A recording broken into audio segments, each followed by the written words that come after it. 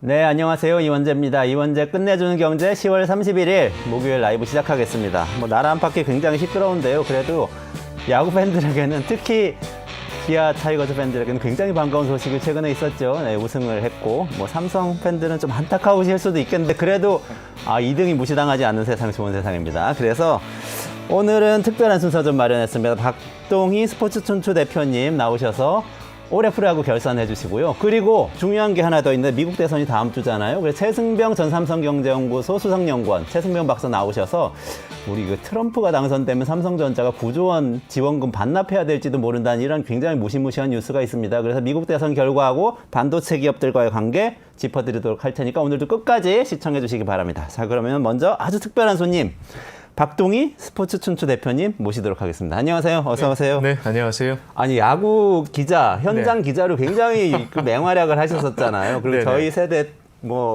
제가 그 야구를 한참 볼 때 전 성함을 접하기도 했고 그랬었는데 최근엔 사실 제가 경제 뉴스 하고 그러다 보니까 야구를 제대로 보지 못했는데 지금은 좀 다른 활동을 하시는 건가요? 어떠세요? 제가 2016년 그 MBC 그 자회사 그 유수분 대표를 한 이후로 저도 취재를 많이 못해요. 저희 기자들이 하다가 최근에 그 회사를 제가 인수했었거든요. 한 2년 전에 인수한 다음에 언론사 대표와 최근 들어서는 그 스포츠 다큐 영상 제작 대표를 겸하고 있습니다. 네네. 그러면 다큐 제작자로서 지금은 어떻게 보면 또 CEO이면서 다큐 제작자. 네, 제가 야구를 예전에는 지면으로 많은 분들과 공유를 했었는데 그리고 방송 해설도 하고 그러다가 이 텍스트 말고 영상으로 한 편 이야기를 만들어 보고 싶다는 생각이 늘 있었거든요. 그 생각을 더 늦기 전에 한번 해보자라고 해서 올해 첫 작품을 만들었고 12월에 이제 방영 예정이거든요. OTT와 12월에. 예. 얼마 안 남았네요. 예, OTT사랑 그 지상파 TV에 같이 하고 내년에 또 작품이 하나 더 나가는데 종합적으로 말씀드리면 먹고 사는 바쁘다. 네. 아니 근데 이거 어떤 작품인지 미리 여쭤보면 스포 이런 겁니까? 아닙니다. 홍보하고 좋지 않겠습니까? 네. 하나는 우리 한국 프로야구가 이제 역사가 42년이 됐기 때문에 한국 프로야구도 명예전당이 필요하거든요. 명예전당이 필요한데 지금 2026년에 부산 기정군에 명예전당이 생깁니다. 한국 이 프로스포츠 사상 최초의 명예전당인데 어떻게 명예전당을 세우고 운영할 것인가를 고민하다가 미국과 일본은 이미 오래전에 세워져 있었거든요. 그러니까 양쪽을 다 둘러보고 근데 또 그냥 너무 건조하게 하면 재미가 없잖아요. 그래서 예능 다큐식으로 찍었거든요. 거기에 12월에 나오고 올해 고시엔 대회 우승한 팀이 어딘지 아세요? 그렇죠. 한국계고. 맞습니다. 잘하시네요. 그 교토 국제고인데 그 아이들의 이야기를 다루는 그는 좀 글로벌한 OTT사에서 방영 예정인데 제작은 내년부터 합니다. 와, 그 첫 번째 명예전당도 재미있을 것 같긴 하지만 두 번째 거는 어떻게 보면은 요즘 트렌드를 보면 굉장히 히트할 수도 있겠는데요. 왜 애플 TV 플러스에서 왜 그 파친코 같은 거 한국의 어떤 한을 다룬 것들이 굉장히 인기를 끌잖아요. 근데 제가 직접 가보니까 좀 놀랐던 게 뭐냐면 이거 제가 처음으로 말씀드린 건데 교토 국제고와 일본 우익 단체로부터 굉장히 살해 위협까지 받았거든요. 근데 그 이유가 뭐냐?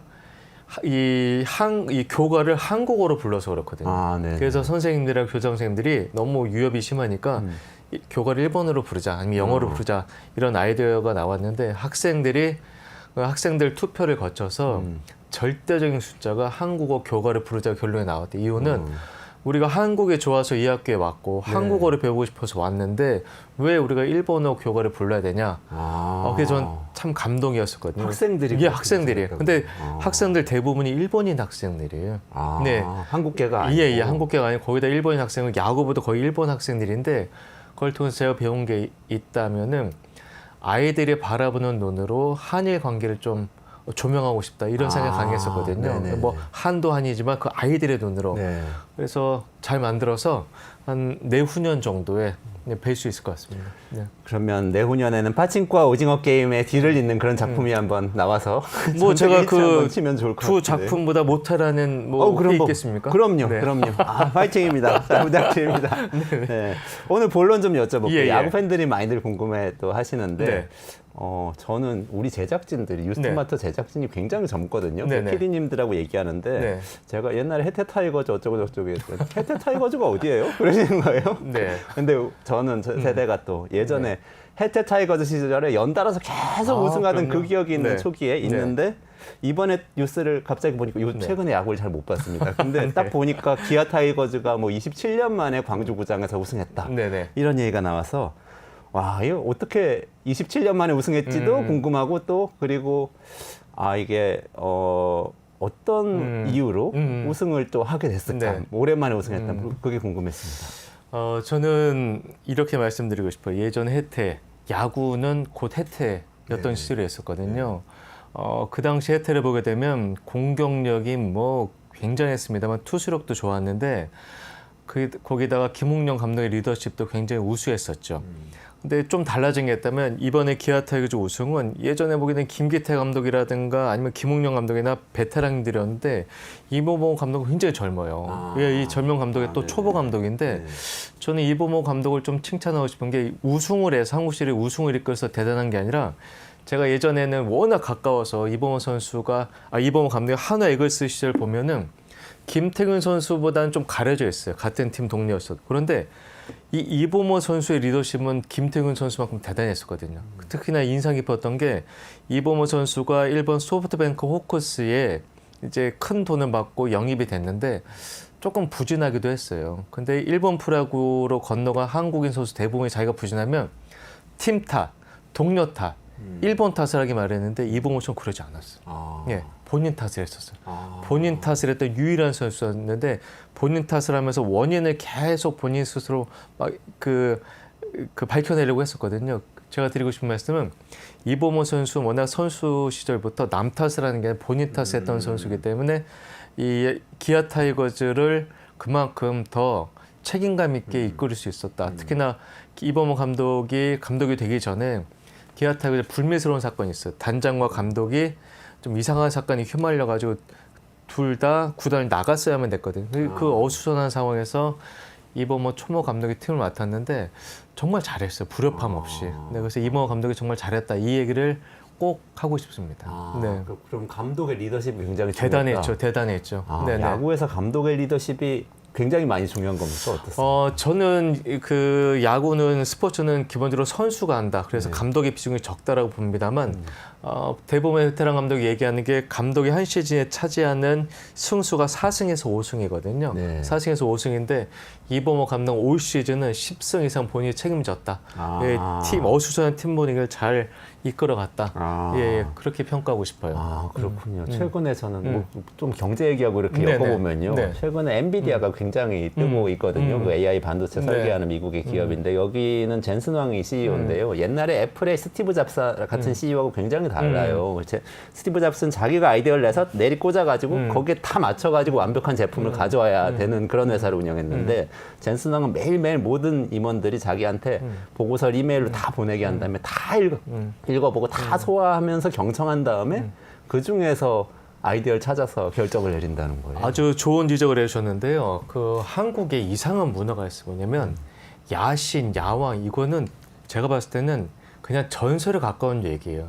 야구에 있어서 가장 중요한 건 감독은 현장에서 어떤 상황에 대해서 결정을 하거나 선수 기용을 하는 거지 그 밖에 선수를 영입하거나 선수단을 어떻게 꾸리거나 이거는 프론트가 해야 되거든요. 네네. 근데 예전 감독들 보면 심지어는 선수 스카우트나 2군 운영까지 다 자기가 하려고 그랬거든요. 네. 그런 구단은 오래 못 갔는데 이범호 감독 보면 지금 젠슨 왕처럼 1군 코칭 스태프가 올라오는 보고서를 판단을 하고 회의를 하고 뭔가를 결정하고 다른 것들은 다 기아 프론트가 담당을 했는데 기아가 달라진 게 있다면 예전에 타이거즈 프론트는 프로야구 사상 최악의 프런트였어요. 네, 가장 구악적이고 네네. 가장 구태가 만연하고 가장 비리 의혹이 많았던 곳인데 심지학 단장이 온 다음에 정말 많이 바뀌었어요. 그래서 이 프론트와 현장이 분리가 되고 각자 역할을 했다는 점에 있어서는 기아 우승은 예전 우승과 좀 다르다 이렇게 말할 수 있죠. 네. 그러니까 이범호 감독의 좀 화합하는 리더십 더하기 프런트에 좀 예전에 과거를 청산한 부패가 없는 그런 프런트 이렇게 네네. 합쳐진 거군요. 네네.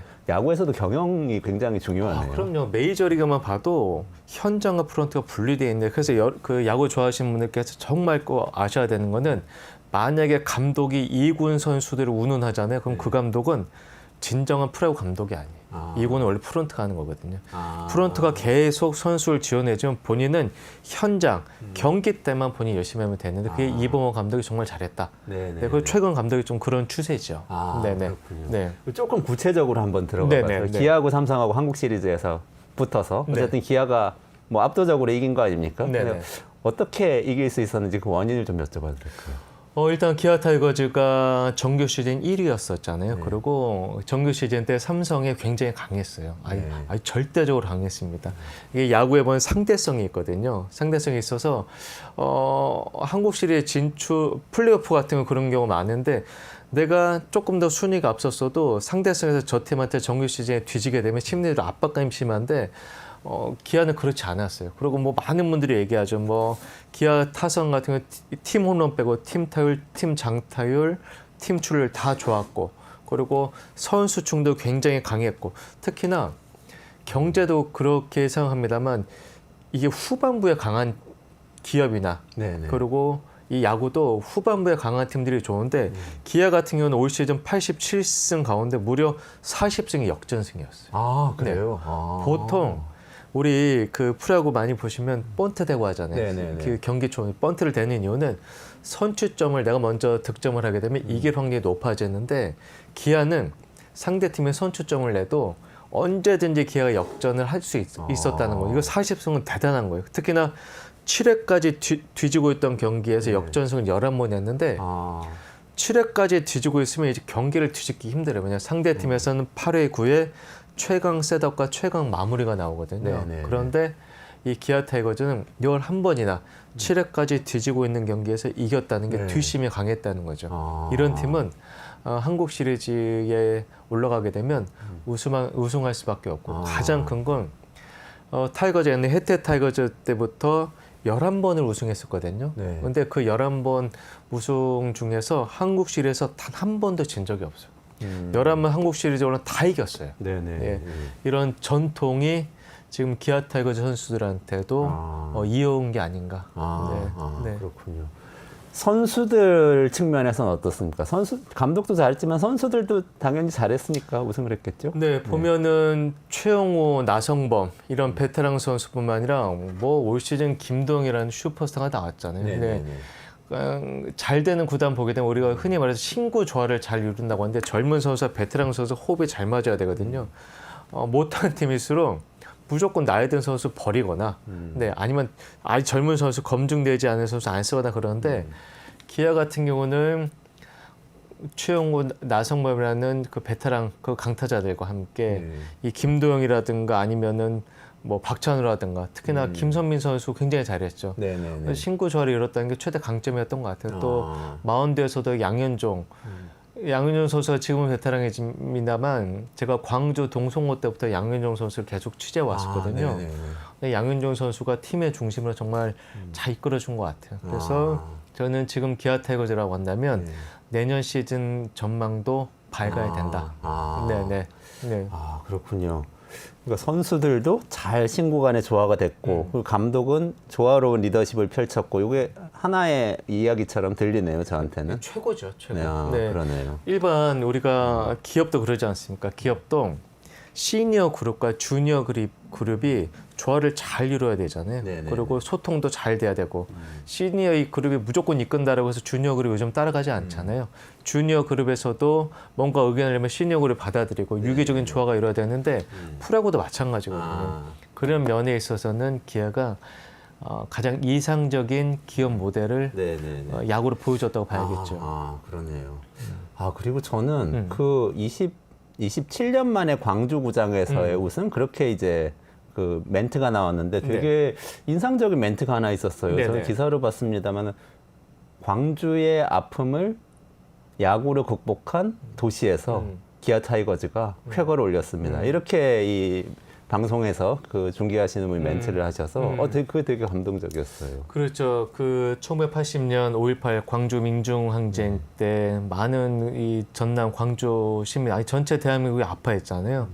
그 아픔을 1983년 혜태 타이거즈가 우승을 하면서 그 아픔을 많이 치유해 주려고 노력을 했었고, 제가 그 젊었을 때 야구장을 가게 되면 그 외부에서 막 목소리 높이기 힘들잖아요. 근데 네. 야구장에서는 유일하게 목소리를 높일 수 있었고, 그때는 독재 정권 독재 네. 정치적 구호를 외칠 수 있었거든요. 아, 그래요? 네. 아. 그때 그 하늘 야구장에서 발산을 했다고 한다면 지금 2024년에 기아 타이거즈의 우승은 이 광주라는 우리들의 자랑스러운 도시가 야구를 밥한 삼아서 더 한 단계 업그레이드할 수 있는 터닝 포인트가 되지 않을까.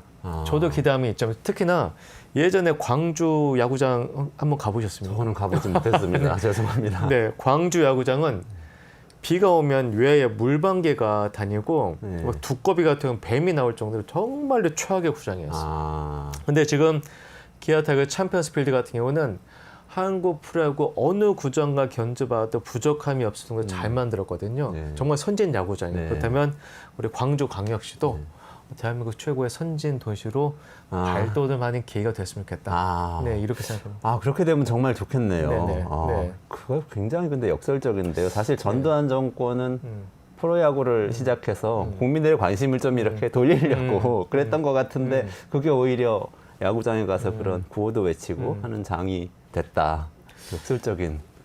특히나 요번 한국시리즈 중요했던 게 뭐냐면은 예전 같으면은 지방 구장이 하나같이 열악해서 관중이 2만석이 안 돼요. 15,000석도 안 됐어요. 네네네. 그러다 보니까 이제 보통 5, 6, 7차전을 저기서 했습니다. 잠실에서 했습니다. 잠실 구장이 넓잖아요. 네네. 넓어서 어쩔 수 없이 5, 6, 7차전을 잠실에서 했었는데 최근에 그랬잖아요. 요번 같은 경우도 잠실에 가지 않고 대구와 광주 구장 워낙 잘 해놨거든요. 이제 서울 갈 필요가 없는 거 관중이 많이 들어오니까. 그래서 그런 점이 좀 달라진 거 하나 더. 지금 대한민국의 가장 큰 문제점이 뭡니까? 수도권 쏠림 현상이잖아요. 그렇죠. 야구도 그랬어요. 그래요? 예, 야구도 2006년 삼성 라이온즈와 한화 이글스의 한국 시리즈 이후에 이 지방 이 비수도권 팀들끼리 맞붙던 한국 시리즈가 없었어요. 다 수도권 팀이 하나씩 끼어 있었어요. 그렇군요. 네. 그리고 특히나 고교야구를 봐도 수도권에 있는 고교야구가 잘해요. 지방의 인재들이 다 서울로 전학 오거든요.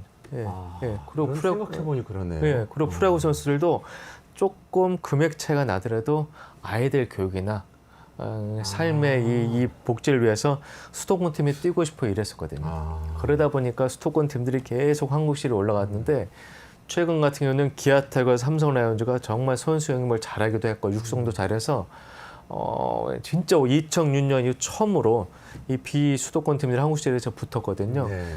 그래서 이 좀 야구만이라도 이 수도권 쏠림 현상을 좀 극복할 수 있는 계기가 되지 않을까.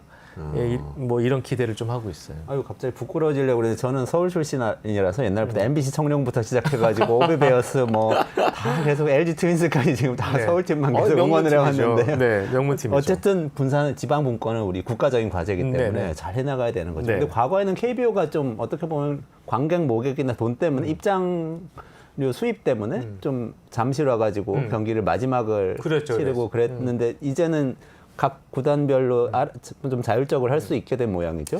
이게 우리가 주는 시사점이 있습니다. 뭐냐면 예전에 1,000만 관중이 덜 들어올 때 다 뭐라고 했냐면요. 관중도 없는데 그냥 이 정도 야구장도 충분하지 이랬어요. 그리고 대한민국 야구장이나 다른 뭐 축구장이나 스포츠 컴플렉스가 보면 축구장은 꼭 트랙이 있었어요. 트랙이. 왜 있었냐? 이게 전국체전용으로 만들었기 때문에 축구도 하고 육상도 하고 다 이런 개념이었어요. 그러니까 이제 관중석과 선수들이 뛰는 그라운드가 멀어 보였었죠. 야구장도 그랬어요. 야구장도 예전에 지어중구장은 전국체전용이었어요. 그러니까 이게 스테디움이지 볼파크가 아니었거든요. 근데 지금은 볼파크가 된 거예요. 예, 좀 더 관중석과 선수들의 거리가 가까워지고 편의시설이 있고 먹을거리도 많이 만들어지고 그래서 시설이 좋으면 손님이 모인다는 것을 프라구가 증명을 했거든요. 예, 그렇군요. 예, 예. 다른 이런 스포츠도 그런 관점으로 접근을 하게 된다면 훨씬 더 많은 관중이 모이지 않을까 싶어요. 그러네요. 그거 진짜 경제하고 딱 시사점이 맞아요. 그러니까 네네. 투자를 해야 네. 결국은 기업 활동이 네네. 되는 거거든요. 네. AI 칩을 사가지고 데이터 센터 만들어놔야 인공지능이 발전하는 거지. 그걸 인공지능 발전할 때까지 기다려서 반도체를 살 수는 없는 거거든요. 정말 좋은 시사점입니다. 네. 경기 얘기를 조금만 다시 네네네. 돌아가서요. 네. 만약에 현장에 지금 안 계시지만 네네. 현장에 계시는 기자였다면 네. 올해 그 MVP는 누구한테 투표를 하시겠습니까? 이 증언대에선 증인이 된 기분으로 아주 엄중하게 말씀드리면 무조건 기아 타고의 김도영 선수죠. 김도영 선수. 네, 왜 예, 그렇습니까? 이론이 없습니다. 왜냐하면 메이저리그 오타니 선수가 50을 했잖아요. 네, 홈런 50개, 도루 50개. 이게 얼마나 대단하냐면 홈런 타자는 거림이 느리다는 편견이 있어요. 이대호 선수잖아요. 네네네. 그리고 발이 빠르면 펀치가 약하다라고 하는데 근데 우리 저 김도영 선수는 전혀 그렇지가 않아요. 전혀 그렇지 않고 40이라는 기대감을 많이 키웠는데 홈런이 38개로 40 하지 못했지만 그래도 38, 40 노리고 대단하잖아요. 그 타율도 뭐 네네. 3할 4푼 7리 대단하고 네. 그렇기 때문에 한국 프로야구의 흥행을 이끈 한국의 오탄이라고 보거든요. 또 기아 타이거즈 우승도 이끌었잖아요. 그렇기 때문에 저는 이 롯데 자이언츠 빅터 레이스 선수가 한 시즌 최다 안타를 하긴 했지만 김도영에 비해서는 좀 떨어진다. 네, 그래서 제가 투표를 10번을 하더라도 기아 타이거즈 김도영 선수에게 투표를 그렇군요. 네네. 네. 이게 기자단 투표로 결정이 되는 거죠? 네, 그렇습니다. 근데 다 저와 같은 마음일 거예요. 이제 국적을 떠나서 피부색을 떠나서 성적만 본다면 또 올 시즌 활약도만 보게 된다면 네. 김도영 선수 말고는 이론의 여지가 없습니다. 그렇군요. 네. 김도영 선수 돈이살이라고 불릴 정도로 사랑도 많이 받았는데 MVP까지 되면 또 날개를 달겠다 이런 생각도 드네요. 네, 우리 네. 기아 타이거즈 이야기를 많이 해서 다른 팬들도 계시니까 네네. 삼성 라이온즈도 아까 선수층 아주 잘 만들어서 갔다 이렇게 말씀해 주셨는데 좀 평가해 주신다면 어떠세요? 삼성 라이온즈는 이렇게까지 한국 시리즈까지 올라오리라 예상했던 분들은 많지 않았어요. 네, 올해도 좀 잘해야 준 플레이오프 이랬었는데 한국 시리즈까지 올라왔는데 역시 이 박진만 감독이 잘했죠. 잘하기도 하고 특히나 저는 지금 말고 전임 단장을 정말 칭찬하죠. 홍준하 단장이라는 분인데 그분이 지금은 단장이 아닙니다만 단장 시절에 장기적 안목으로 선수들 정말 관리를 잘했어요. 그래서 좋은 선수를 많이 모으고 그 결과가 지금 나왔다고 보거든요. 그래서 프로야구는 지금보다 한 3, 4년 전을 주목해야 돼요. 프로야구가 이게 이 배구나 농구 보면 외국인 선수 비중이 높잖아요. 근데 야구는 아무리 뛰어난 외국인 선수라고 해도 선발 투수가 딱 일주일에 한 번, 많이나 두 번이잖아요. 그렇죠? 그럼 외국인 타자는 9타자 가운데 한 명밖에 안 돼요. 그렇기 때문에 이 외국인 선수가 로또 잘 뽑는다고 해서 그 팀이 우승까지 이끌어지지 않고 계속 3, 4년간 준비들을 잘 해놔야 되거든요. 그런 것들을 삼성 전임 단장과 프런트가 정말 잘했다. 네, 삼성답다. 네, 그래서 지금 좋은 성적을 낸 게 아닌가. 네. 네, 그래서 만약 한국 시리즈 때 원태인 그리고 구자욱 선수가 다치지 않았다면 더 좋은 경기를 펼쳤을 것 같아요. 사실 하위권으로 예측됐는데 한국 시리즈까지 갔다는 것도 사실은 굉장히 큰 성과인 거죠. 그렇죠. 네. 중하위권 예상했던 분들이 좀 많이 있었는데 잘해서 특히나 예전에 해태 타이거즈와 삼성 라이온즈 경기가 정말 재밌었잖아요. 영호남의 강자들끼리 재밌었는데 올해 그걸 또 연출해줘서 더 많은 이 올드 팬들 사이에서는 화제도 되고 관심이 더 높아졌던 것 같습니다. 지방 분권이라는 그 상징까지 입혀서 해석 잘해 주셨습니다. 아이고, 비노팡님이 댓글 주셨는데 감사합니다. 이게 그 타이거즈 구장에서 37년 만에 우승이라면 제가 27년이라고 잘못 말씀드렸는데 혹시 다른 팀들 중에서 눈에 띄는 팀 있으셨어요? 저는 한화 이글스를 좀 주목하고 싶은데요. 한화 이글스는 다른 구단과 달리 김경문 감독이라는 베테랑 감독이 왔습니다. 시즌 도중에 부임을 하셨는데 저는 이 김경문 감독이 우리 2008년 우리 프로야구가 흥행에 성공할 수 있었던 가장 큰 게 2006년 월드 베이스볼 클래식 4강도 있지만 2008년 베이징 올림픽에서 금메달 땄던 것이 한국 프로의 위상과 흥행을 한 단계 업그레이드 시켰어요. 아니 몇 단계 업그레이드 시켰는데 김경문 감독이 NC 다이노스 감독할 때도 한국 시리즈 우승은 하지 못했지만 팀을 많이 올려놨고 그 전에 두산 베어스 감독할 때도 정말 팀을 많이 올려놨었거든요. 하나 이글스 내년에 김경문 감독이 이끌 전 굉장히 기대가 커요. 그래서 올 시즌 성적에 주목하지 마시고 내년 시즌 성적에 주목하시면 좋을 것 같다. 네. 그리고 한 가지 더 포인트를 말씀드리면 LG 같은 경우도 저는 최선을 다했다고 봐요. 근데 저는 LG 좋아하신다고 했잖아요. 네. 저는 차명석 단장 상당히 좋아하거든요. 근데 왜 좋아하냐면 보통 팀 성적이 안 좋잖아요. 그리고 팀 성적이 좋았다고 좀 떨어지면 팬들이 감독이나 선수나 단장이 무슨 얘기하면 말 좀 그만하고 성적 올리라고 하는데 프로야구는 엔터예요. 엔터예요. 그리고 즐길 거리, 오락거리예요. 다 성적이 나쁘다고 침묵하게 되면 이거는 그냥 스포츠일 뿐이에요. 엔터가 아닌 거죠. 네, 그런데 성적이 좀 떨어지더라도 차명수 단장 계속 팬들과 소통하고 계속 무언가를 얘기하거든요. 그게 재미거리거든요. 그래서 가장 프로야구 단장 본연의 임무를 다하는 게 차명수 단장이라고 생각했는데 그런 의미에서는 올 시즌 이 LG 트윈스가 지난해 우승이어서 올해 2년 전 우승은 하지 못했지만 LG 선수들은 굉장히 잘했다. 네, 뭐 그렇게 얘기하고 싶어요. 그렇군요. 저희 프로야구 전체 이야기도 좀 시간이 많이 돼가지고 좀 여쭤보고 싶어요. 또 경영자이시기 때문에 더 많이 인사이트가 있으실 것 같은데 역대급 흥행을 했지 않습니까? 어떻게 보십니까? 저는 역시 KBO 수장인 허구현 총재가 굉장히 잘하신 것 같아요. 그 전에 제가 먹고 살 수 있었던 이유는 KBO가 뭔가 일이 터질 때 숨기고 은폐하고 의혹을 계속 불러일으킨 행동을 했기 때문에 저 같은 사람이 먹고 살 수 있었어요. 현장 기자 시절에 고발하는 기자 제가 탐사 보도를 많이 했었는데 허구현 총재가 부임한 이후로는 제가 설 자리가 없어지는 거예요. 무슨 일이 터지면 왜 이런 일이 벌어졌는지 투명하게 밝히고 그리고 뭔가를 이제 개선하려고 하고 이런 노력들이 있다 보니까 사람들이 봤을 때도 프로야구 예전에는 사건 사고 많으니까 이제 특히나 여성 팬분들이 많이 떨어져 나갔었거든요. 지금은 뭔가 잘못할 수 있거든요. 그런데 그걸 숨기는 게 아니라 개선하게 되면 사람들이 기대를 갖게 되거든요. 그걸 KBO 수장인 허구현 총재가 잘 구현해냈다. 그리고 하나의 여성 팬들이 정말 많아졌어요. 네, 여성 팬들이 많아진 이유가 여러 가지가 있겠지만 어떤 여성 팬분이 그러시더라고요. 제가 아이돌 팬들을 좋아했는데 아이돌 팬들은 돈이 많이 든대요.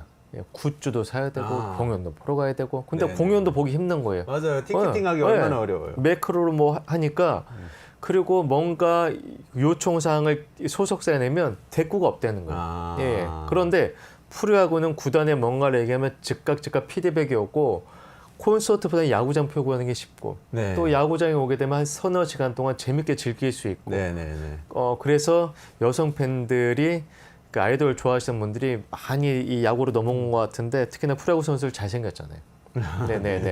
프로야구에 관계되는 사람들 미남 많거든요. 뭐 꼭 저까지 포함은 안 시키겠습니다. 포함 시켜드리겠습니다. 그러다 보니까 여성 팬들이 많이 와주셨는데 프로야구가 더 성장하려면 이 젊은 여성 팬들에게 더 서비스를 잘해야 된다. 더 좋은 야구를 보여주고 그리고 부끄럽지 않아야 된다. 이 얘기를 하고 싶어요. 그렇군요. 제 딸이 20대거든요.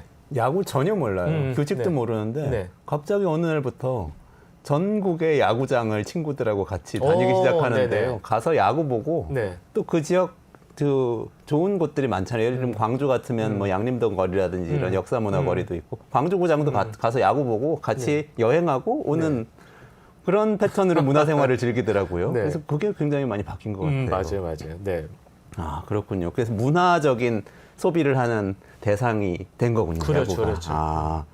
근데 허구현 총재 말씀하시니까 사실 야구 중계가 유료로 바뀌었잖아요. 뭐 티빙이라는 이제 그 OTT에서 유료 중계로 바뀌었는데 그거는 사실 뭐 저도 미국 살 때나 이럴 때 다 야구 중계 같은 거는 야구 축구 중계 유료로 봐야 되는 그런 거이긴 했는데 우리도 그렇게 바꿨는데 처음에는 되게 낯설었어요. 근데 그것도 성공을 한 셈인가요?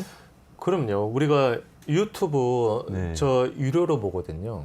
유료로 보고 저 OTT를 보는 게 한 두 개 돼요. 아이들도 보고 돈 주고 보잖아요. 네. 그렇잖아요. 네. 우리가 그리고 저 IPTV 보전 돈 주고 보잖아요. 네, 네, 네. 컨텐츠는 돈 주고 사는 거거든요. 네. 예. 메이저리그 팬분들 돈 주고 유료 중계 보거든요. 네. 예, 프로야구는 왜 안 됐냐는 거죠. 근데 프로야구가 유료 중계를 했을 때 가장 극렬하게 반대했던 것이 바로 언론이었어요. 아. 예. 예.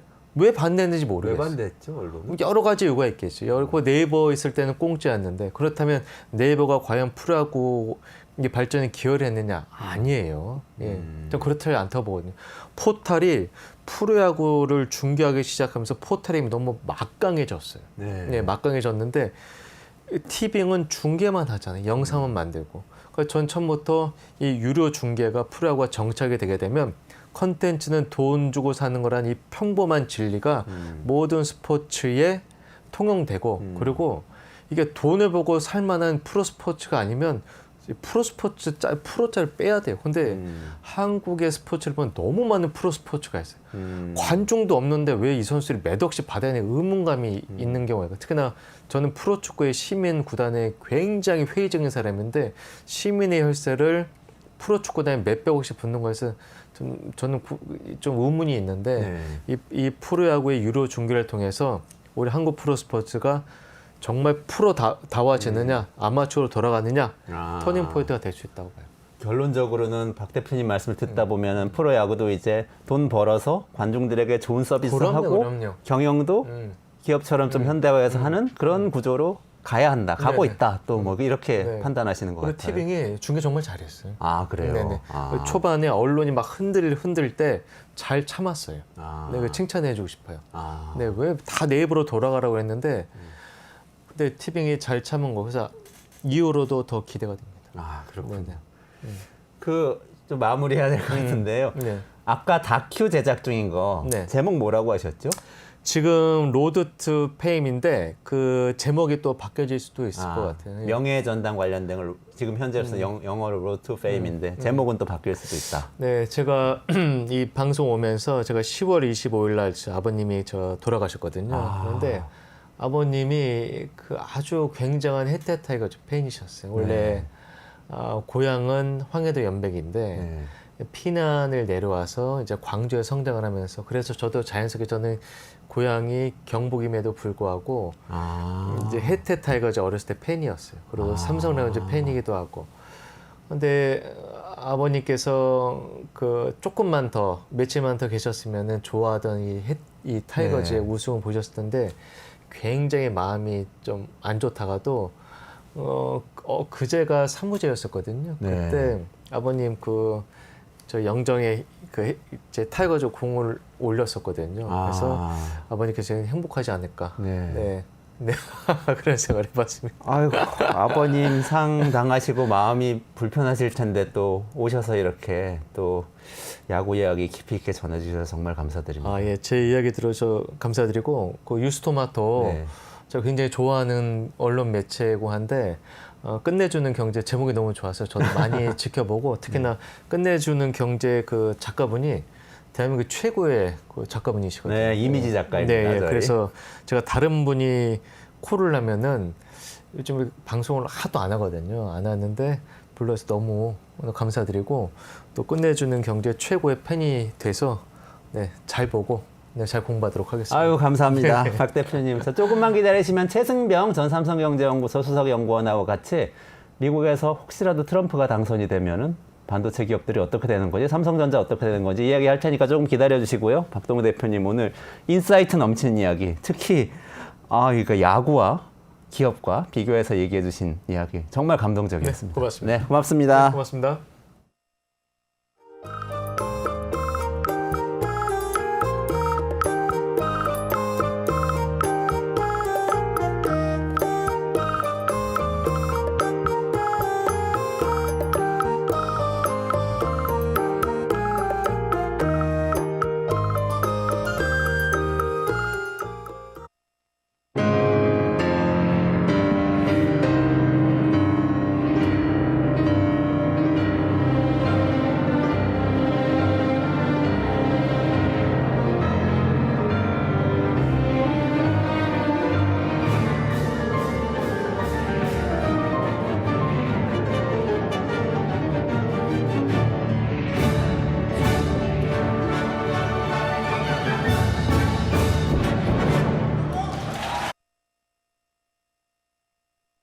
네, 미국 대선이 코앞에 다가왔죠. 근데 굉장히 큰 영향을 우리 경제에도 끼칠 것 같습니다. 트럼프가 당선되면은 바로 반도체 기업들에 대한 지원금을 철회하겠다 이런 발언을 하고 있는데 삼성전자가 지금 아마 추산하기로는 9조 원까지 받게 돼 있는 걸로 돼 있거든요. 하이닉스도 영향이 있고 반도체 기업들에 굉장히 큰 영향이 있고 반도체에 대한 영향은 우리가 문제 전체에 대한 영향을 줄 텐데 이거 어떻게 되는 건지 전 삼성경제연구소 수석연구원인 최승병 박사 모시고 말씀 나눠보겠습니다. 안녕하세요. 어서 오세요. 네. 트럼프 발언은 굉장히 무시무시하네요. 네. 칩스법에 대한 거죠. 네, 안 그래도 이 반도체, 특히 미중 반도체 전쟁이 한창인 상황에서 바이든이 지난 2022년에 이 칩스법을 만드는 걸 다 알고 계실 겁니다. 진짜 파격적인 보조금을 지급해갖고 반도체 산업의 리쇼어링, 그러니까 다시 미국의 반도체 산업을 재건하겠다는 그 야심찬 계획을 발표했고 거기서 또 당근을 아주 매력적으로 제시해갖고 그 당시에 뭐 이 보조금 규모가 2026년 5년 동안 527억 달러. 그러니까 우리 돈으로 한 70조 원에 해당하는 지원금을 얘기를 해갖고 또 우리가 그거에 호응을 해갖고 우리 삼성과 하이닉스가 대규모 투자 계획을 발표했었죠. 투자를 하면 보조금을 주는 그런 맞습니다. 컨셉인 거죠. 이 제조 부문에는 그 570억 달러 중에서 527억 달러 중에 390억 달러가 배정이 됐는데요. 우리가 거기에 미국에다가 생산 기지를 지으면은 거기에 대략 한 10% 내외에 이 일단 보조금을 지급하고 그 외에도 뭐 각 지방 정부에서 여러 가지 세제 혜택이라든가 뭐 인력 수급이라든가 뭐 그런 거 등등등 해서 뭐 다양한 또 지원 패키지들이 같이 엮어 들어가 있었죠. 제가 자료를 보니까 삼성전자는 440억 달러 약 61조 원을 투자하기로 했고 네. 64억 달러의 보조금 약 9조 원 가까이 되는 보조금을 받기로 했다. 이렇게 돼 있는데 이 숫자가 맞는 건가요? 네, 일단은 그렇게 돼 있습니다. 그래서 뭐 텍사스 같은 데서는 착공을 했었죠. 그런데 이렇게 예정된 상황에서 갑자기 최근 들어서 트럼프와 또 부통령 후보인 벤스가 여러 가지 이거는 굉장히 나쁜 법이다. 칩스법은 굉장히 안 좋은 법이고 내가 당선이 되면은 이 외국 기업에게 주는 보조금을 갖다가 딱 끊어버리겠다라는 발언을 계속 하고 있는 것이죠. 그렇군요. 최근 며칠 뭐 한 10일 나온 얘기만 봐도 굉장히 섬뜩한 것들이 많은데요. 일단 22일에 벤스가 먼저 이 칩스법은 너무 정치적인 법이고 그거보다는 미국 내 에너지 가격을 낮춰서 뭐 차라리 혜택을 주는 게 낫다. 아무래도 에너지 가격을 낮추면 그 혜택은 이 골고루 많은 미국 유권자들에게 돌아가니까 뭐 그게 더 바른 방법이다라는 얘기를 했었고요. 그 다음에 트럼프가 25일에 더 아주 세게 얘기를 했었죠. 뭐 팟캐스트나 유세 같은 데서 계속 얘기한 게 보조금은 아주 나쁜 수단이다. 우리는 관세라는 좋은 수단이 있지 않느냐. 이 보조금 줘서 그냥 좋은 말로 구슬려서 데리고 오는 게 아니라 너네 외국에 생산해서 수출할 거면은 어마어마한 관세를 때리겠다라고 해서 이제 강제적으로 이 미국의 생산 기지를 짓게 만드는 게 더 좋다라는 이런 얘기를 했어요. 그리고 26일은 이제 아무래도 트럼프가 계속 강조하는 게 법인세 인하 공약이 되게 중요하지 않습니까? 자기는 친기업적인 사람이다라고 해서. 근데 또 여기서도 또 이 칩스법이 나쁘다는 얘기를 하면서 또 한 가지 얘기를 한 것이 이 한국이나 일본 기업들 얘네들도 다 경쟁자다. 이거 뭐 우리가 살려줄 필요가 없다라는 취지로 얘기를 했어요. 사실 우리가 이 칩스법에서 얘기하는 거는 이 반도체 생태계라는 것이 특히 이 뭐 중국, 러시아 이런 권위주의 블록과 경쟁하는 이 서방의 쟁쟁한 반도체 기업들 그리고 이들이 갖고 있는 이 공급망들이 하나의 유기적인 네트워크로 같이 이 연합을 해갖고 이 기술이 이 저런 권위주의 국가들에게 넘어가는 걸 막자라는 취지가 있는 것인데 미중 갈등의 어떤 중요한 또 그죠? 요소거든요. 근데 갑자기 우리 연합군이라고 생각했는데 아니 너네도 경쟁자야. 너네도 우리 키워줄 생각 없어. 라는 말을 하니까 갑자기 이제 피아 식별 문제가 막 떠오르면서 머릿속이 복잡해지기 시작한 거죠. 그럼 우리 입장에서는 우리를 동맹이니까 반도체도 같이 동맹하는 건가 보다 하면서 그것도 미국 땅에 수십조 원을 들여서 막 투자해서 공장을 짓고 있는데 갑자기 그렇죠. 너희 우리 편 아니야라고 그 얘기를 들은 셈이 되는 건가요? 맞습니다. 그러니까 이 우리 같은 특히 뭐 대만의 TSMC나 우리 삼성, 하이닉스 같은 그런 빅 플레이어들 입장에서는 야 지금 이 투자하는 것이 이거 괜히 돈만 갖다 바치고 미국의 생산 기지만 지어주고 또 다른 덤터기는 쓰는 것이 아니냐. 이게 나중에 이러다가 그러니까 막 생각이 복잡해지는 겁니다. 이거 완전히 나중엔 이 딱 우리가 말을 안 들으면은 미국 걸로 아예 우리 러시아에서 푸틴이 많이 또 우리 생산 기지들을 갖다가 강제 수용을 했지 않습니까? 네네네. 나중에 그런 꼴 당하는 거 아닌가 막 그런 생각까지 요즘 들고 하는 겁니다. 그 지금 아까 말씀드린 그 액수 총액은 어쨌든 뭐 몇 년에 걸쳐서 그렇게 하겠다는 거지만 삼성전자는 아까 말씀하셨지만 텍사스의 테일러라는 곳에 이미 착공을 한 거죠. 네, 공장을. 이미 착공을 해서 꽤 많이 올라가고 있죠. 아. 아무래도 뭐 물론 약간 이 공사 진척도에 따라서 그 안에 들어가는 설비 반입 시기를 갖다가 좀 조정하면서 이것도 좀 더 상황을 볼 수는 있겠지만은 일단 첫 삽을 떴으면은 이 반도체 라인 하나 짓는데 요즘 뭐 최소 10조, 20조 들어가는 건 기본이거든요. 네네네네. 그리고 대략 거기서 약 2, 3조 정도를 보조받는 건데 라인당 지금 뭐 이게 갑자기 2, 3조를 못 주겠다고 하면은 그 돈 이미 들어간 것들이 이거 어떻게 처리해야 될 것인지부터 해서 요즘 또 가뜩이나 상황이 안 좋지 않습니까? 그렇죠. TSMC나 하이닉스는 굉장히 지금 돈을 많이 벌고 있으니 뭐 그 정도도 어떻게 감당을 한다고 쳐도 이 삼성 같은 경우는 안 그래도 시장이 불안한데 이 정도 돈이 갑자기 더 들게 되면은 그것도 참 재무적인 부담이 크죠. 아, 그러네요. 지금 근데 기업들이나 전문가들은 이거 뭐 말도 안 되는 얘기라고 뭐 생각을 하는 것 같아요. 반응을 보면. 네. 왜 그럴까요?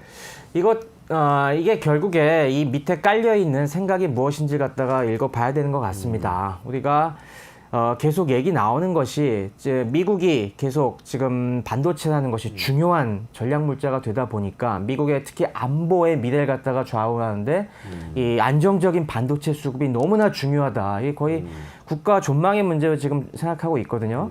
근데 그러기 위해서 생산 기지를 어쨌든 딱 중국과 북한에 맞닿아 있는 한국과 대만에 있는 것만은 너무 불안하다.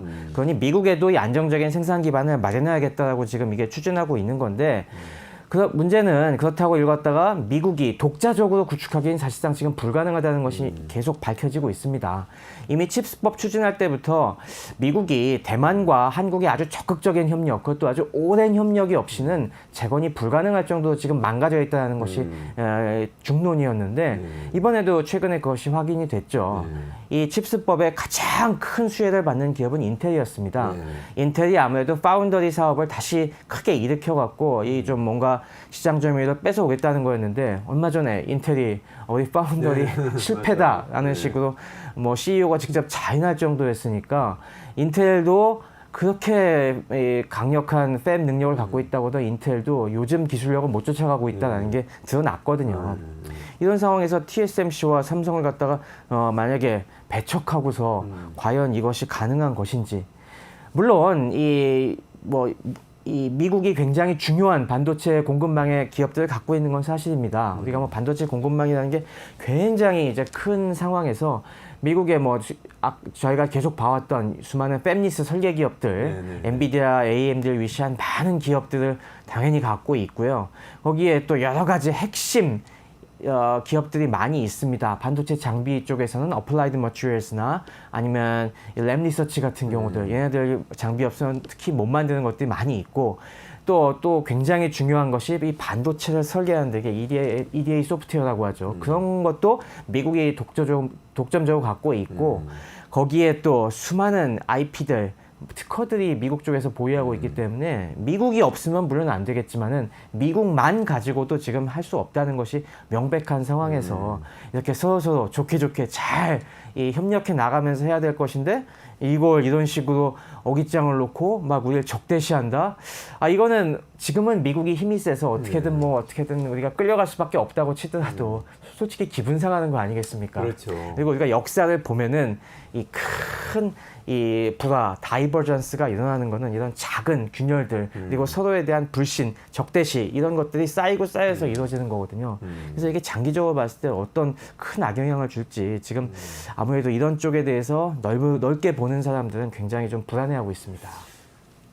그러니까 생각해 보면은 아까 말씀하신 거 팹리스들, 엔비디아나 AMD 같은 것들 미국에 있고 기술은 대단하지만 생산 능력이 없으니까 네. 삼성전자, TSMC, 뭐 하이닉스 이런 것들을 이제 어쨌든 간에 활용을 해가야 되는 건데 네. 그들을 사실 미국 영토 내로 끌어들여서 더 뭔가 긴밀하게 이렇게 가치 사슬이 이어지도록 하겠다는 게 원래 바이든 정부의 구상이었던 거잖아요. 그렇습니다. 근데 이걸 내쳐버리면은 이거 지금 이 관계 때문에 사실 삼성전자, 하이닉스, 뭐 어쩌면 TSMC까지도 중국하고의 관계가 좀 껄끄러워지는 걸 감수하면서도 이쪽으로 와 있는 거잖아요. 네네. 근데 내쳐버리면은 오히려 더 이미 막 기술 자립을 공언하고 있는 중국하고 더 가까워질 수도 있고 미국 입장에서도 좀 복잡해지는 거 아니에요? 네, 근데 사실 뭐 트럼프 행정부가 들어선다고 해서 이걸 완전히 내치겠다라는 건 확실히 아닙니다. 지금 뭐 트럼프는 이렇게 세게 얘기하지만은 공화당 쪽의 브레인들도 대부분의 사람들은 이 TSMC, 삼성, 하이닉스 갖다가 배제하고 뭘 할 수 있다고는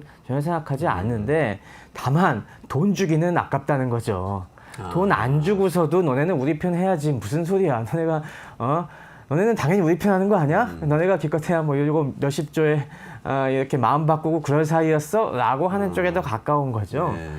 사실 뭐 미국이 지금 다시 반도체 기반을 일으키기 위해서는 최소한 그 10년에서 20년 이상의 시간이 필요하고 그때까지는 뭐 같이 가야 될 사이로 공화당 쪽도 당연히 인식은 하고 있습니다. 뭐 그래서 전혀 배제하겠다는 거는 아닌 것 같고요. 다만 그러려면은 아까 말씀드린 대로 우리가 서로 너무 마음 다치지 않고 서로가 좀 어느 정도 도와가면서 북돋아가면서 하는 게 있어야 되는데 이게 뭐 우리가 뭐 일방적으로 미국에게 이런 식으로 사실 뭐 미국에게 우리가 시장을 열어주면서 우리가 거기서 또 파는 것 때문에 사업을 유지하고 있으면 우리도 그거에 대한 생각이 있어서 이렇게 투자를 하는 건데 최소한 말이라도 좀 잘 해주면서 그래서 너네가 굉장히 공헌을 많이 하고 있는데 우리가 좀 보조금 이것까지는 못 주겠다 하지만 잘 해보자 라고 하는 정도면은 그래도 이해할 수 있을 것 같은데 이건 뭐 아예 돈도 못 주고 적대시까지 하겠다는 말이 나오니까 굉장히 좀 속이 쓰릴 수밖에 없는 대목인 거죠. 그리고 어떻게 보면 이거 사기 아닙니까? 그 보조금 준다고 해서 투자하기로 하고 다 계획 세워놨는데 맞아요. 그게... 없어지면은 어떡해요? 네, 이렇게 딱 입시써버리면은 어쩌라는 건지. 이게 참 이런 걸 알고 하는 걸까요? 얘기를 심중이 좀 궁금하네요. 네, 전후 상황을 보면은 트럼프가 물론 뭐 일기 행정부 때도 많은 이야기를 들었긴 하겠습니다만은 아예 모르지는 않겠습니다만은 정확한 이 반도체 업계의 이 공급망이 얼마나 복잡하고 이 심각한 여러 가지 크리티컬한 문제를 갖고 있는지에 대해서 잘 체감을 못하는 것 같아요. 또 그럴 것이 저희도 계속 반도체에 대해서 이 시간에 얘기를 했지만은 잘 평소에 일반인 시각에서는 되게 어려운 부분들이 많이 느껴지지 않습니까? 그리고 여기 이 분야가 얼마나 진짜 전 세계에 가장 초인류 기업들이 모여서 겨우겨우 만들어낸 그 기적과 같은 일인 건지에 대해서 사실 진짜 체감하기 어려운 부분인데 트럼프는 그런 거에 대한 느낌이 확실히 없는 것 같습니다. 감히. 이 부분이 얼마나 안정적으로 끌고 가기가 굉장히 어려우면 진짜 국가와 개별 기업들이 합심해서 큰 노력을 기울여야 되는지에 대한 정확한 감이 없는 것 같아요. 아무래도 부동산업으로 좀 크게 지르고 막 이 경쟁자들이랑 해갖고 아웅다웅 치고받고 온 사람이다 보니까 이런 쪽 굉장히 테크 인텐시브한 사업에 대한 개념이 없는 것 같고요. 벤스도 그거에 대해서 크게 다르지 않은 것 같습니다. 그리고 실리콘밸리 출신 아닙니까, 그래도? 그래도 뭐 느낌은 있지만은 아무래도 그거에 대한 감이 좀 덜한 것 같습니다. 그러다 보니 뭐 굉장히 트럼프 입장에서는 약간 좀 그런 거에 대해서 나이브하게 생각하는 측면이 있는 것 같고 또 한 가지 문제는 그게 아주 일반적인 미국 유권자들, 특히 트럼프를 지지하는 이 기술 발전으로 인해서 여러 가지 피해를 보았던 그런 미국 중산층들의 시각을 그냥 대변하는 것 같습니다. 설령 알더라도 일반 사람들이 생각하기에 다 그렇게 생각할 거지 않습니까? 야, 우리가 그렇게 피땀 흘려서 직업도 잃어가면서 이렇게 세금을 냈는데 아니 기사를 보니까 아니 이거의 상당수는 진짜 몇십 조가 외국 기업한테 가네. 야, 그리고 한국이나 대만이나 다 우리 일자리 뺏어간 데 아니야? 근데 왜 쟤들한테 줘? 라는 이런 생각이 당연히 술집에서 막 할 만한데 그런 의문을 그냥 똑같이 얘기를 해 줌으로써 어떻게 보면은 트럼프는 그래도 날 이해하고 있구나 라는 느낌을 주는 고도의 정치적인 수칙도 같이 있는 것 같습니다. 근데 좀 사실은 그런 내용을 알만한 사람들, 예를 들면 일론 머스크라든지 이런 네. 실리콘밸리의 기업가들도 또 이번엔 트럼프 지지가 좀 있잖아요. 그렇습니다. 그 부분이 또 중요한 측면 네. 같아요. 이번에 일론 머스크가 굉장히 적극적으로 뭐 후원금도 많이 내고 유세에 직접 나가서 막 엄청 제스처도 격렬하게 방방 하면서 뛰고 그랬죠. 네, 깜짝 놀랐습니다. 그래서 이렇게 하고 또 이제 실리콘밸리에서도 지난번 1기 트럼프 선거할 때랑은 달리 트럼프를 공공연히 지지하는 사람들이 꽤 늘었지 않습니까? 그리고 최근에 보면은 뭐 베이조스가 워싱턴 포스트에 말 조심해라 그런 얘기 하는 것처럼. 맞아요. 사설, 지지 사설, 계속 민주당 지지 사설 쓰다 이번에 안 썼죠. 네, 사주가 이번에 막아서 못 쓴 거죠. 확실히 조심하는 느낌이 드는데요. 이게 지난번 1기 정부를 겪어보고 또 최근에 바이든 정부를 겪어보면서 그쪽 사람들은 그렇게 아무래도 계산이 빠른데 앞뒤를 봤을 때 야, 이번에 트럼프가 돼도 우리에게 꼭 손해만 되는 건 아니다 싶은 생각을 좀 하는 것 같습니다.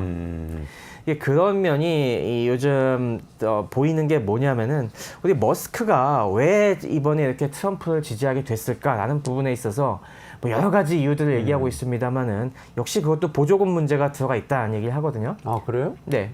전기차 보조금은 그렇죠. 트럼프는 좀 부정적이잖아요. 근데 머스크는 네. 테슬라인데. 사실 이번에 바이든 행정부가 테슬라 이런 친환경 전기차에 대한 막대한 보조금을 주긴 했는데 지난번에 IRA 법안에서 보조금을 줄 때 조건을 붙였어요. 네. 너무 고가차에겐 줄 수 없다. 그래서 SUV나 픽업 트럭은 $80,000 이하. 그리고 세단 같은 경우는 그게 $55,000였는데 그 정도까지만 딱 준다고 돼 있어갖고 이 테슬라 라인업 중에서 고급 차량으로 이제 Y가 있지 않습니까? 네네네. 네, 모델 Y. 모델 Y가 요거에 해당이 안 됐습니다. 그래서 그 당시에 이 머스크가 굉장히 격분했다는 그런 얘기가 많이 나왔었는데 그때는 그냥 그런가 보다 하고 넘어갔는데 좀 많이 마음이 상했나 보다 막 그런 얘기도 좀 심심치 않게 하고 있습니다. 사실 뭐 테슬라가 또 그리고 요즘에도 많이 얘기가 나오는데 며칠 전에도 강정수 박사님한테 그 얘기 나왔었죠. 네. 뭐 이게 이 스페이스X에서 뭐 쏘는데도 환경 규제가 굉장히 이제 강하게 들어간다. 그리고 뭐 이 테슬라에서도 FSD 자율주행 요 시스템 계속 만드는데 지금 교통당국에서 엄청 딴지를 걸고 있다. 이런 것들이 지금 아무래도 지금 이런 혁신가들 입장에서는 지금이 한창 기술 AI가 빵빵 터지면서 쭉쭉 밀고 나가야 되는 시기인데 아니 보조금 주는 거는 고맙지만은 왜 이렇게 규제가 많냐. 지금 이런 거 하나하나가 지금 규제 없이 막 치고 나가고 있는 중국에 비해서 우리가 굉장히 불리한 처사이다라고 해서 야 이럴 때는 좀 약간 위험할 수도 있겠지만은 트럼프는 그래도 이런 거에 대해서 훨씬 우리 전향적으로 우리 규제 혁파해 줄 수 있지 않겠냐. 그러면 지금 입장에서는 다른 부작용을 고려하더라도 트럼프에 한번 믿어보는 것도 나쁘지 않겠다. 이런 게 같이 지금 들어가 있는 것 같습니다. 정부의 규제를 없애는 방향으로 트럼프가 정책 방향을 가져갈 거다. 이런 생각으로 트럼프를 지지하게 됐다. 그렇죠. 그리고 또 저희가 계속 얘기했지만은 실리콘밸리 주변에 굉장히 나이브한 무정부주의자들도 많이 있다고 얘기했지 않습니까? 뭐 이런 특히 암호화폐 주변에 그런 사람들이 많이 있고 정부의 역할을 갖다 굉장히 좀 경시하는 이런 사람들의 입장에서는 특히 작은 정부를 갖다가 외치는 이런 정부의 개입을 줄이고 각종 세금 규제를 갖다가 완화해 주겠다는 트럼프가 어떻게 보면은 더 합리적인 선택으로 보일 수도 있겠죠. 근데 테슬라하고 스페이스X는 사실 정부의 지원을 굉장히 많은 사업들 그렇죠. 아닌가요? 그게 사실 이율배반적인데 테슬라나 스페이스X가 지금까지 커온데 정부가 끌어준 게 진짜 어마어마한 도움을 줬지 않습니까? 테슬라가 안 그래도 얼마 전에도 실적 발표를 했지만은 이게 3분의 1이 이 전기차 같은 경우는 탄소 배출을 안 하기 때문에 우리가 탄소 크레딧이라는 걸 주지 않습니까? 그래서 배출 많이 하는 기업들에게 탄소 크레딧을 떠넘겨갖고 팔아갖고 그걸로 또 수익을 얻는데 이 탄소 크레딧의 수익이 전체 수익 규모의 한 3분의 1 정도 나오는 수준이더라고요. 그러니까 그것만 해도 버는 돈이 정말 짭짤한데 그리고 또 스페이스X는 당연히 나사가 이걸 민영화하면서 그 사업들을 갖다가 쫙쫙 밀어주고 있기 때문에 이제까지 커올 수 있었던 건데 이런 수혜자가 이제 와서 또 이제 이런 정부에 대한 역할을 갖다가 정부가 너무 커서 안 되겠다. 이 정부에 대한 역할을 줄여야겠다라고 하는 거면은 참 이해가 될 듯하면서도 참 정신세계가 오묘하다는 그런 생각을 역시 하고 있습니다. 역시 뭐 이게 아무래도 근데 뭐 제가 이런 사람들 많이 보긴 했습니다. 특히 이런 이 스타트업 씬이나 이런 데 분들 중에서 이 정부의 역할에 대한 이해가 조금 부족한 분들 가운데는 정부가 보조금 주는 건 당연한 거고 그리고 왜 규제까지도 풀어야지 왜 그건 협판 안 해? 뭐 이런 식의 굉장히 불만을 가진 분들이 많이 있는데 그런 사람 중에 하나가 저는 보이고요.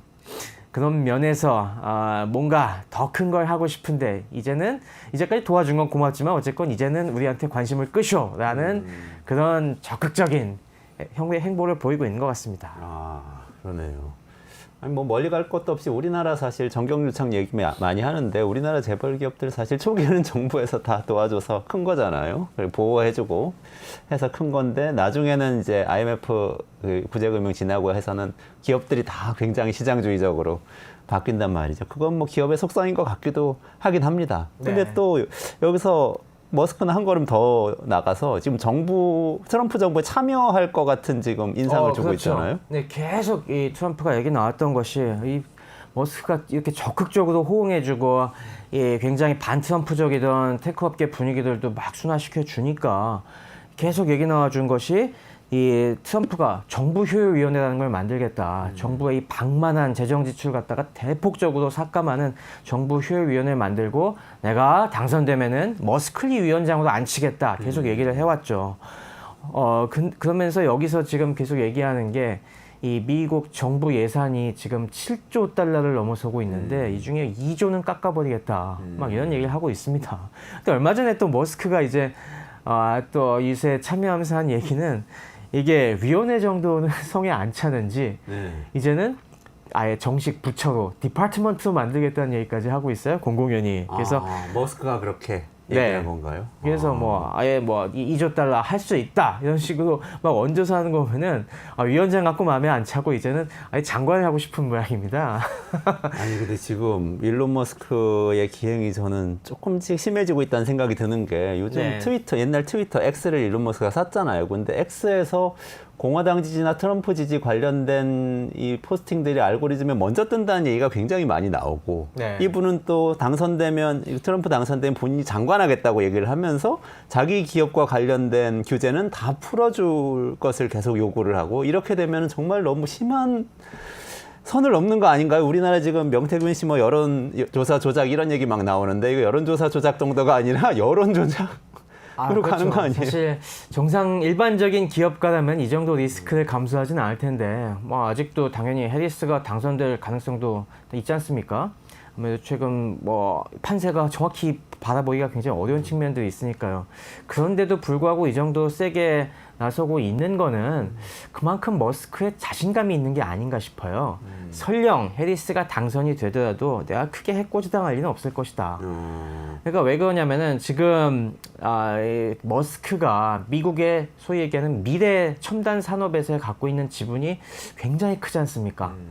지금 뭐 전기차, 테슬라 빼면은 뭐 제대로 미국에서 나가고 있는 기업들이 없고 근데 지금 이 전기차 산업이 중국이 치고 나온 입장에서 테슬라가 지금 위태로워지면은 이거는 미국뿐만이 아니라 서방 진영의 자동차 업계가 다 중국에게 뺏길 그럴 위험에 있는 것도 사실인 것이고 그리고 또 미래 우주 산업 당연히 이 관 주도는 안 되고 민간 주도 시장이 열릴 것이라고 보는데 스페이스X가 요즘 계속 보면 알겠지만은 제일 그래도 확실한 성과를 보여주고 있고 그리고 또 배터리 사업 이런 것들도 머스크가 이렇게 크게 하고 있는 상황에서 민주당 정부가 들어선다고 해서 너 머스크에 대해서 너 공화당 지지했다고 보복을 할 수가 없는 그런 상황입니다. 설령 민주당 정부가 되더라도 잘 구슬려서 좀 뉘우치고 앞으로 좀 잘해 좀 정신 차려 이렇게 하고서 여전히 보조금 주고 지원해줄 수밖에 없는 상황이거든요. 그러니까 어떻게 보면은 이 편을 잘못 들었을 때 리스크가 뭐 우리나라나 다른 나라들처럼 기업이 날아가거나 막 공중분해되고 뭐 회장에서 물러나고 이런 상황이 아닐 것이기 때문에 이런 도박을 하지 않나 싶습니다. 좀 투명하고 침착한 정책을 펼칠 것 같은 인상을 주는 게 오히려 더 불리한 상황인 것 같은데요.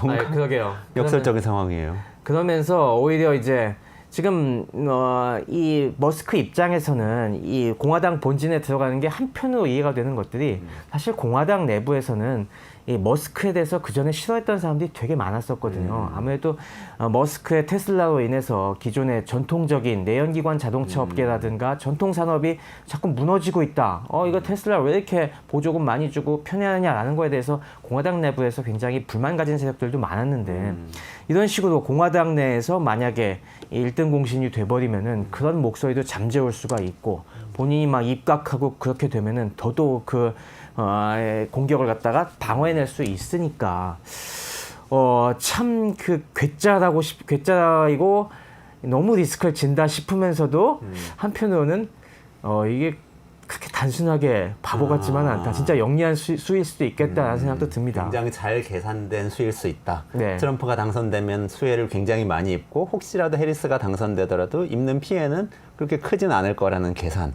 이것일 거다. 그리고 특히 트럼프는 기껏해야 4년밖에 못 하지 않습니까? 네. 좀 부작용이 나더라도 4년 정도 뭐 그 정도까지 간 다음에 그 다음에 또 뭐 정권 넘어갈 수도 있는 것이고 네. 이런 것까지 두루 고려되지 않나. 설령 우리 머스크는 거기까지 보지 않더라도 머스크 말고는 뭐 피터 틸이라든가 여러 가지 또 많은 테크 쪽에서 이 트럼프를 지지하는 사람들 입장에는 그런 생각이 분명히 있는 것 같습니다. 트럼프의 부작용이 있어도 그거는 4년이다. 마지막으로 삼성전자하고 하이닉스에 그러면 실질적으로 트럼프가 당선된다면 바로 영향이 오는 겁니까? 어떻게 보세요? 분명히 옵니다. 이거는 이게 뭐 정책 기조가 물론 많이 바뀔 것이다. 아니다. 이게 현실적으로 그렇게는 불가능하다. 이를테면 관세 같은 경우들은 우리 한미 FTA도 있고 그리고 ITA라고 IT 어그리먼트 국제 이 IT 산업 협정 같은 것들이 다 걸려 있어 거기서 관세 못 매기게 돼 있거든요. 근데 반도체 이거에 대해서 그걸 무시하고 매기는 거는 명분을 쌓기가 되게 어려울 것 같아요. 그래서 현실적으로 그렇게까지는 못할 것 같습니다. 하지만 그것 말고도 미국 정부가 괴롭힐 수 있는 수단은 많죠. 돈 안 주고 우리가 관세는 안 때릴 테니까 하지만 그냥 투자는 예정대로 해라고 할 확률이 굉장히 높습니다. 그랬을 때 뭐 우리가 어떻게 하겠습니까? 지금 우리가 다른 그렇다고 해서 지금 다시 우리가 중국 쪽에 밀착한다? 이거는 도저히 뒷감당 못 하거든요. 그리고 또 여러 가지 상황이 우리가 특히 국가 차원에서도 적극 대응하기 어렵습니다. 지금 러시아에 북한이 파병하고 있고 거기에 지금 계속 말씀드렸다시피 트럼프가 이 돈을 안 쓰는 것, 해외에 돈을 안 쓰는 게 뭐 보조금만 안 쓰겠다는 게 아니지 않습니까? 네. 아무래도 2조 달러를 아끼기 위해서는 가장 큰 부분이 역시 군비입니다. 해외 파병, 특히 지금 우크라이나에 투입하고 있는 이 막대한 이 전비 이런 걸 갖다가 빼면은 분명히 어떻게 되겠어요? 전 세계에서 이 국제정치적인 불안이 더 확산이 될 것이고 안보 환경이 불안해지는데 이때 미국과 척지는 거는 정말 우리의 운명을 갖다가 야수들의 벌판에 스스로 내던지는 꼴이 되겠죠. 국가 차원에서 대책이 쉽지 않은데 기업들이 그걸 갖다가 빠져나가기는 굉장히 어려울 것 같습니다. 우리 특히 뭐 삼성이나 SK 하이닉스도 뭐 길게 보고 사업해야 되는 입장에서 마찬가지 생각을 할 겁니다. 일단 4년은 넘기자. 어떻게든 착 엎드리자. 당장 손에 뭐 10조, 20조 보더라도 이건 우리가 감수해야 될 것이다. 라고 할 것은 분명하고요. 그렇게 되면은 일단 재무제표가 굉장히 나빠지는 건 피할 수 없는 이 현실이 되겠죠. 그렇게 됐을 때 단기적으로는 우리가 뭐 쌓아놓은 돈이 많기 때문에 넘어간다고 하더라도 장기적으로 보면은 여러 가지 그 악영향이 누적돼서 나올 겁니다. 특히 뭐 최근 들어서 우리가 또 옥석가리가 굉장히 심해질 것 같은데 그럼에도 불구하고 AI라는 큰 대세에 올라타 있으면은 그 완충이 충분히 되겠죠. 아무래도 미국 기업들 상당수가 빅테크들이 AI에 대한 투자는 절대로 놓지 않을 것이고 그거에 우리가 한국 기업에 매달릴 수밖에 없다면은 그걸 벌충할 수 있을 만큼 더 벌 수도 있을 텐데 만약에 여기 우리가 제때 편승을 하지 못한다면 요즘 뭐 삼성이 HBM 쪽에서 굉장히 납품 못해갖고 곤경을 겪는 이런 상황이 만약에 계속 반복이 되기라도 한다면은 정말 그 충격이 2배, 3배가 될 수 있겠죠 아마. 삼성전자는 지금 겪고 있는 충격의 2배, 3배 충격을 겪을 수도 있겠다. 이런 생각이 바로 드네요. 하이닉스는 약간 덜 피해를 받고 돌아갈 수도 있겠다. 이런 그렇죠. 느낌. 뭐 하이닉스는 아직 뭐 여기 집어넣은 돈들도 많지 않고, 근데 하이닉스도 문제점은 사실 있습니다. 그거에 대해서 나중에 말씀드리기도 하고요. 하이닉스도 사실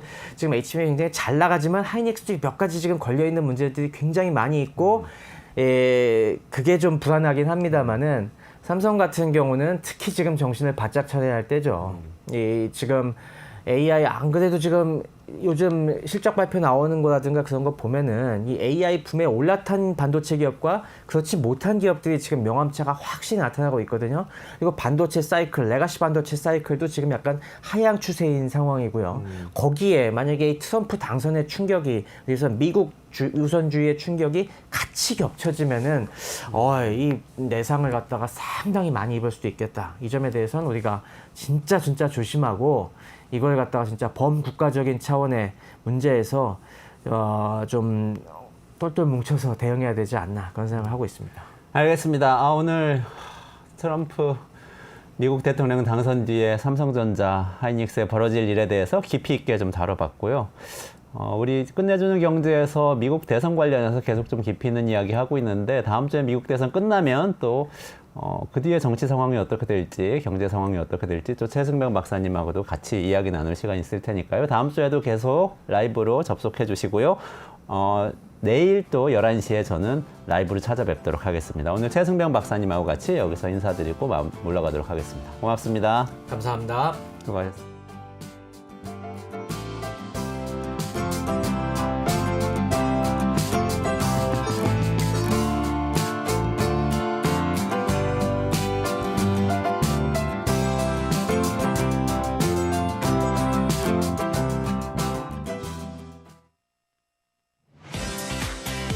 사용자 중심의 뉴스포털 플랫폼 뉴스통.